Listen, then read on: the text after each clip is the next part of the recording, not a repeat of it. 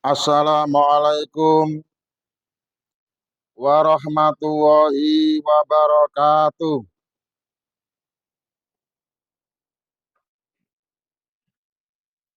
Bismillahirrahmanirrahim. Alhamdulillah. Alhamdulillahilladzi ahyana ba'dama amatana wa ilaihin nusur. Wa ba'du an Abdillah ibni Umar radhiyallahu anhu maqala kana Rasulullah sallallahu alaihi wasallam ya'murul muadzinu idza kanat lailatun matiratun au dzatu partin fis safari ayyakula ala sallu fi rihalikum rawahul Bukhari wa Muslimun. Artosipun an Abdillah ibni Umar, utawi hadis menika bersumber saking Abdullah bin Umar radhiya mugi-mugi sampun ngridani sapa Allah ngridani anhuma sangka Abdullah bin Umar. Kala sampun ngucap sapa Abdullah bin Umar, kana wis ana sapa Rasulullah sallallahu alaihi wasallam yakmuru kang lagi merintah sapa Rasul merintah al muadzina dumateng muadzin idza kanat nalikane wis ana apa lailatun malam matiratun kang udan lebat, malam yang hujan lebat, malam yang terjadi hujan deras, audhatu bardin atau udara yang sangat dingin, fis safari dalam perjalanan. Ayakula yento ngumumna sapa muadzin ala ilingo solu padha salata sira kabeh salata fi rihalikum salat ing dalem griya-griya panjenengan sedaya, salat di rumah kalian masing-masing. Rawawis ngriwayatno hadis ngriwayatno sapa Al Bukhari Imam Bukhari wa Muslimun lan Imam Muslim. Hadis bersumber dari Abdullah bin Umar, ia berkata, Rasulullah Shallallahu Alaihi Wasallam memerintahkan muadzin apabila malam turun hujan atau udara sangat dingin dalam perjalanan untuk mengumumkan, ketahuilah, sholatlah kalian di tempat tinggal masing-masing, sholatlah kalian di rumah masing-masing. Hadis riwayat Bukhari dan Muslim. Para hadirin, saderenge kados kula wau kula paringi penjelasan kadose menawi jadwal kula kuliah subuh kadose rada ribet ngangge macem-macem peralatan. Ya ana alat ngono, ya ana alat ngene. Menika dalam rangka untuk menfasilitasi, sebab materi kuliah subuh menika boten biasa kados lintune, maksude inggih menika dipun dokumentasikaken wonten ing internet. Napa tujuane? Tujuane biar materi ini begitu turun dari mimbar tidak hilang begitu saja, tetapi masih terdokumen, bisa diakses, bisa dipelajari ulang, bisa dibuat tinggalan anak cucu, murid-murid di belakang kami. Apabila besok saya mati, maka inilah karya saya, inilah peninggalan saya. Saya nggak punya apa-apa untuk tinggalan apabila kami sudah mati, kecuali ini materi kuliah subuh. Sebab itu butuh difasilitasi. Hadis ingkang sampun kula waos kala wau kula paringi judul tema inggih menika bab dibolehkan sholat di rumah karena hujan. Nah, dari bab atau judul yang sudah kami bacakan tersebut bisa dipahami pilih sholat sing sampean kerjakno saben dina, ya ana sholat subuh, ya ana sholat zuhur, ya ana sholat asar, ana sholat maghrib, ana sholat isya. Sejatine sholat sedaya kala wau oleh dilakoni di omah iku oleh ning kudu ana syarate. Syarate napa? Syarate inggih menika ada suatu sebab. Salah satu di antara sebab adalah faktor hujan.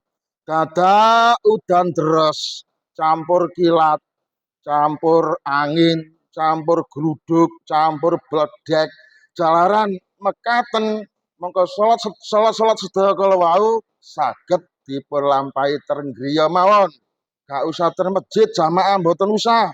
Cukup dikerjakan di rumah itu untuk mempermudah ibadah.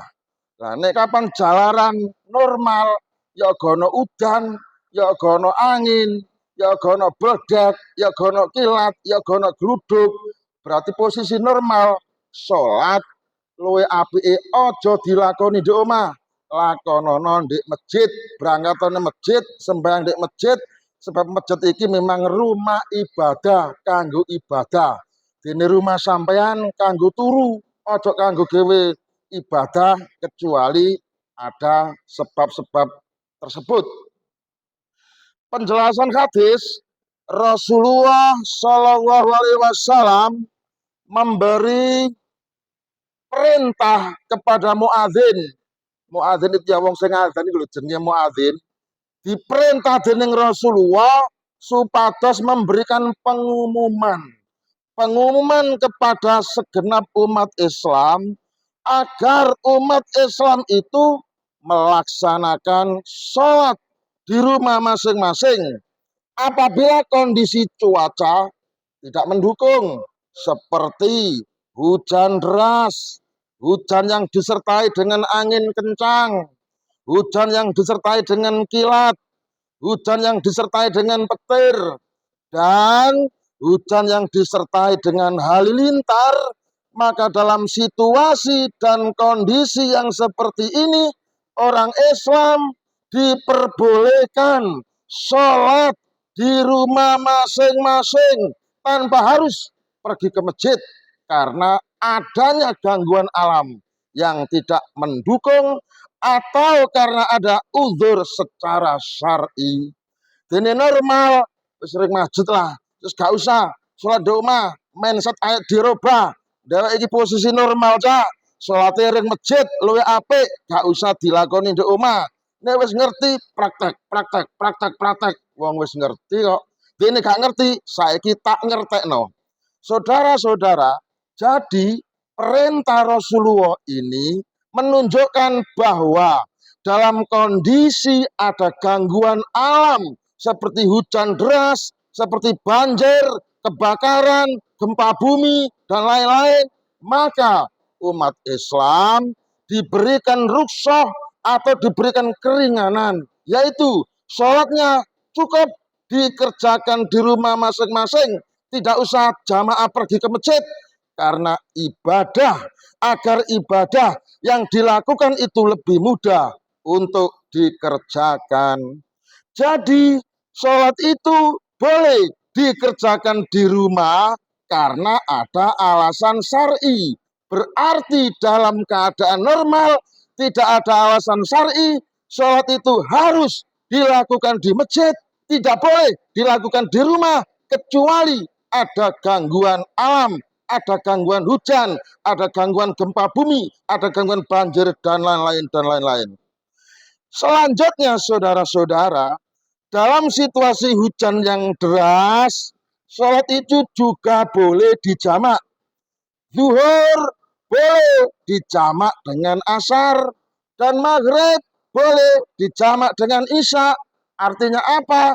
Artinya persyaratan bolehnya sholat jamak itu tidak hanya karena musafir saja, akan tetapi karena faktor kondisi hujan pun orang Islam juga boleh melakukan sholat jamak di rumah masing-masing maupun di dalam masjid. Hadis ini menjadi bukti bahwa Islam adalah agama yang memberikan kemudahan dan menghindari kesulitan bagi umatnya. Hal ini sejalan dengan firman Allah Subhanahu wa taala, "Wa ma ja'ala 'alaikum fid-dini min haraj." Dan dia tidak menjadikan kesulitan bagi kalian dalam agama. Quran surat Al-Hajj ayat 78. Kesimpulan hadis yang pertama, hujan lebat atau cuaca buruk itu termasuk uzur syar'i, uzur yang membolehkan seseorang untuk tidak sholat berjamaah di masjid, tetapi cukup melaksanakan sholat di rumah masing-masing. Selagi tidak ada uzur tersebut, maka sholat orang Islam tetap dianjurkan berbondong-bondong jamaah pergi ke masjid, karena masjid memang tempat ibadah untuk digunakan kegiatan sholat. Yang kedua, boleh menjamak sholat di masjid sebelum pulang jika hujan lebat, sebagai keringanan agar jamaah tidak kesulitan kembali ke masjid. Dan kesimpulan yang ketiga, Islam adalah agama yang mudah dan fleksibel, tidak membebani umatnya dengan hal yang menyulitkan, tetapi tetap dalam batasan yang ditetapkan oleh syariat.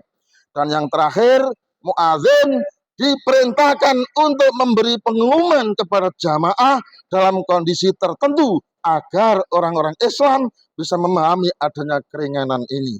Hadis ini menunjukkan betapa Rasulullah SAW sangat memperhatikan kondisi umatnya dan selalu mencari cara agar ibadah itu tetap bisa dilakukan tanpa menyulitkan umat Islam. Saya pikir itu penjelasan hadis yang saya baca. Semoga ada guna dan faedah. Sekian dan ihdinas siratal mustaqim. Assalamualaikum warahmatullahi wabarakatuh.